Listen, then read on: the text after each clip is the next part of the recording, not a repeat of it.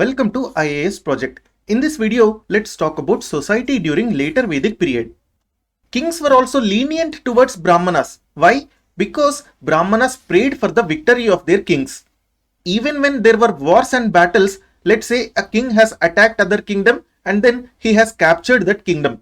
Then what happened was the king did not hurt the Brahmanas who were living in the other kingdom because those Brahmanas also were now loyal to the new king.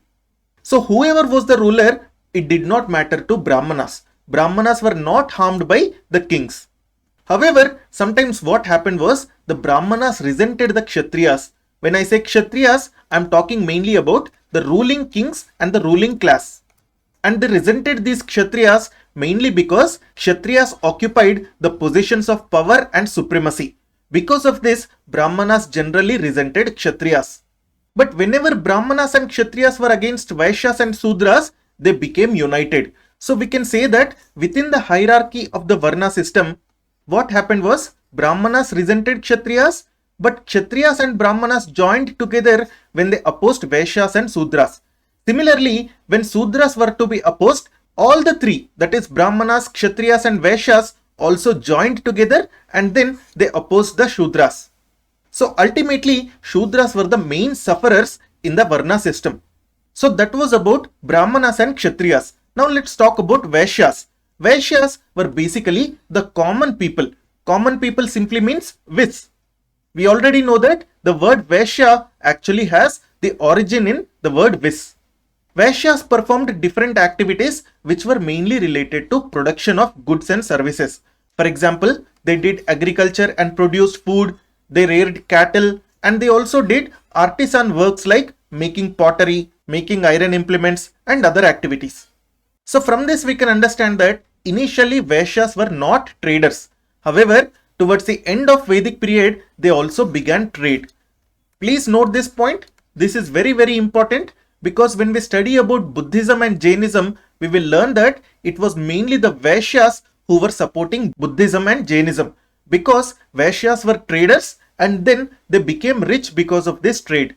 Once they became rich, their interests were not aligning with the Varna system. So that is why Vaishyas supported Buddhism and Jainism. There were also other reasons which we will discuss in the Buddhism and Jainism lectures. But for now, just remember that Vaishyas were not traders initially. They began trade only towards the end of Vedic period. Also, during later Vedic period, Vaishyas were the only Varna who were paying taxes and tributes to the king.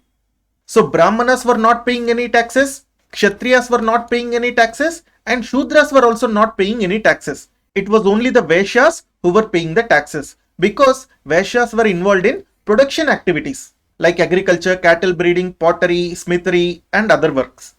So we can say that not only Shudras but Vaishyas were also being dominated by Brahmanas and Kshatriyas. And this kind of domination or subjugation of Vaishyas was not an overnight thing.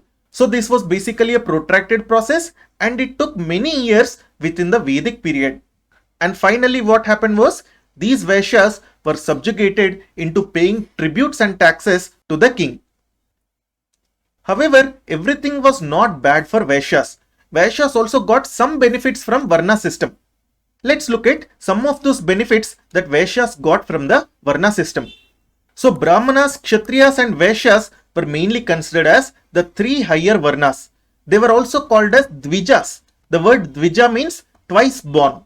This is important. And these Dvijas were entitled to Upanayana. Upanayana is basically initiation ceremony for education. So once Upanayana ceremony is done, then the person can get the education.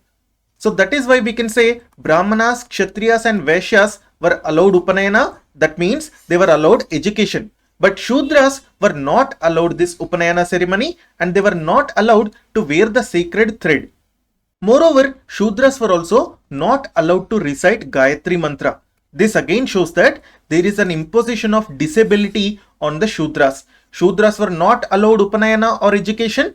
They were also not allowed to recite Gayatri Mantra. Whereas Vaishyas were allowed Upanayana and education, they were also allowed to recite Gayatri Mantra. The Vedic literature also says that the different Varnas have different duties. For example, Aitreya Brahmana states that Vaishyas, Brahmanas and Shudras have a role and responsibility towards Rajan. For example, Shudras were mainly servants for Rajan, whereas Vaishyas, they have to pay taxes and tributes to Rajan. If we talk about Brahmanas, then Brahmanas have to perform rituals and sacrifices for Rajan, and also they have to pray for the victory of Rajan in his battles and wars. So Atriya Brahmana says that different Varnas have different roles in the society.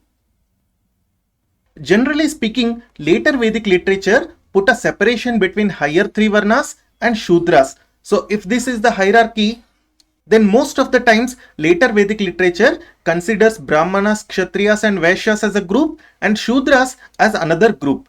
However, we must also note that some of the artisans like Rathakara, which basically means chariot maker, also enjoyed a high status in the society.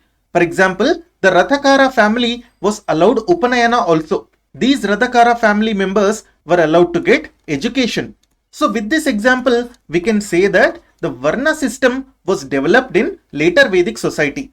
However, the Varna distinctions did not advance too far into the later Vedic society. This is very important. Please note this, because in the Mahajanapada period, we will learn that Varna distinctions were very developed and they were deep rooted within the society of the period. Alright, so other than these four Varnas, there were also other people who were basically outside the Varna system, and such kind of people were called as Avarna people. Avarna, as I told you, in the modern day, it corresponds to scheduled tribes people. So this is about the Chatur Varna system that developed in Vedic period. Please like and subscribe. You can download this presentation from our Telegram channel. The name of the channel is IAS Project. The link for this channel has been given in the description section below. Thank you.